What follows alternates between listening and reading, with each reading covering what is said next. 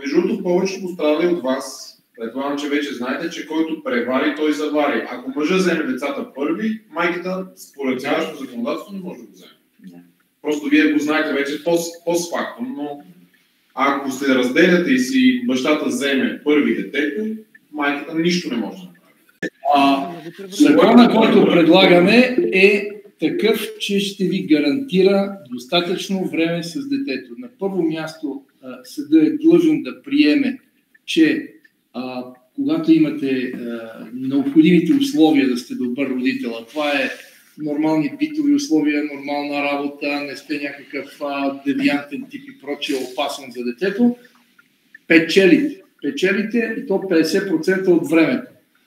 Едва ако бъде опровергана презумпцията по някакъв начин, т.е. не може да бъдат 50%, тогава се слиза на долната граница не по-малко от 35% на годишна база. Дори и тогава сте защитен. Дори да отиде в друг град, какво там стане, трябва да е много тежък случай, за да се падне под тая граница. Текста на законопроекта, който са го оставили на ИТА законопроекта е най-близо до това, което ние сме им предложили, е когато презумпцията бъде опровергана, ако родителя не застрашава живота и здравето на детето, т.е. не е насилник, не е побойник, пазал се от такива неща, тогава не по-малко от 35% на годишна база. Тогава сте гарантирани. Ето това е справедлив закон. Той е добър за всички. Няма майки, няма бащи. За всички е добър. Добре. Искам да кажа нещо. Имате ли представа, задавате си въпрос, защото ми много често виждам в групите, ама тези законопроекти, ама това няма да минете.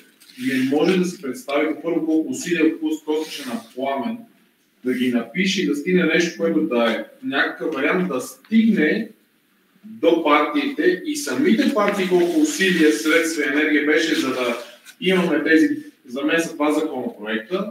Трябваше да бъдат три, защото до последния момент, въпреки всичките лобизми към БСП, те си ги лобизмите ги приеха, но закона не се беше, не дойде. Тоест законопроекта от тяхна страна няма. Тези два законопроекта до тук, за да са вътре в това правителство, да са минали тези две комисии, на мен ми коста много кръв. Сега сме на прага да направим обрата. За мен, както и казвам, за да продължиме това с лобирането, е свързано с средства, аз съм се ангажирал там.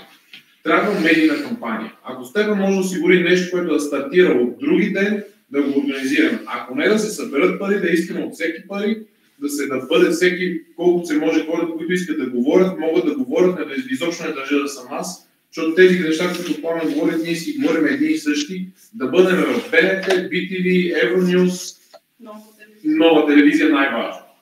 Евроком е отворен. Евроком може да се обадим сега и той ще ни даде време всеки ден абсолютно безплатно.